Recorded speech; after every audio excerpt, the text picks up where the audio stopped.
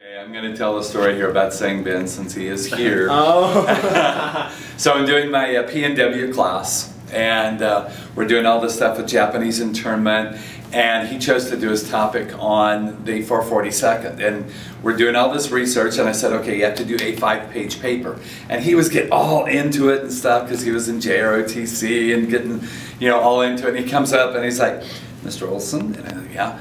I know you said the paper was supposed to be 5 pages long, but is it okay if I do more? And I said, well, of course, you know, as I never, in fact, I was able to use that in his letter of recommendation for college.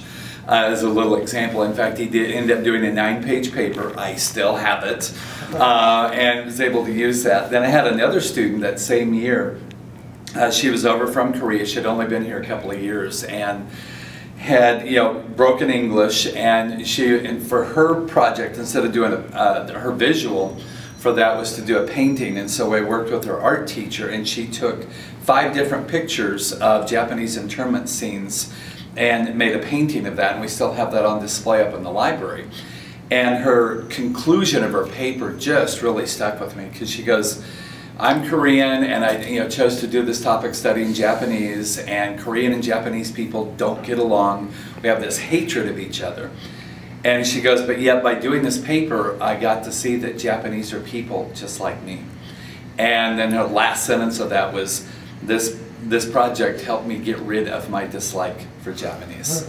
That, you know, those 2 things just really stuck out. And so, yeah, just little things like that. When I see students, you know, I gave out that book, Escape from Camp 14, last semester, and I had like 5 students within a week come up to me and say, yeah, I finished that book, and I had one student read it in like 3 days, and then she had her mom read it. And so I like just being a part of that and having those little things pop up, because that motivates me to keep doing what I'm doing. So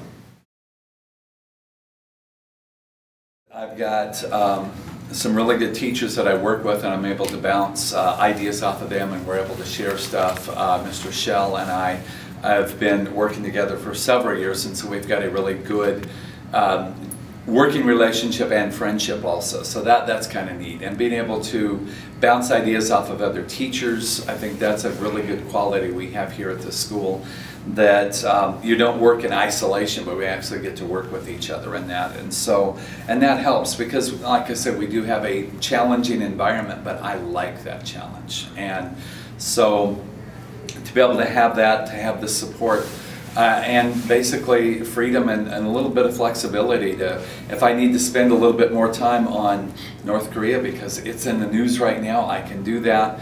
We read, you know, bring in other reading material, get the kids excited about that.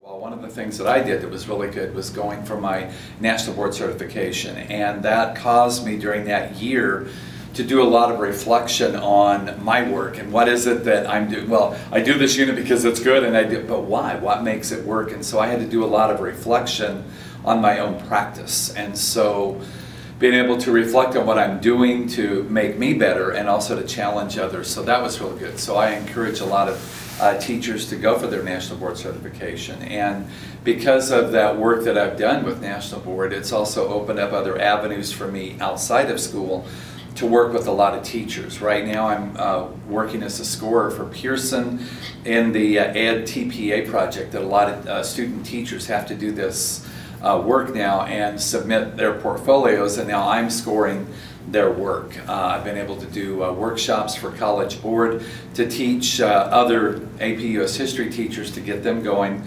on stuff, and I also get then to talk about my book study guide book that I wrote for AP US, for US History.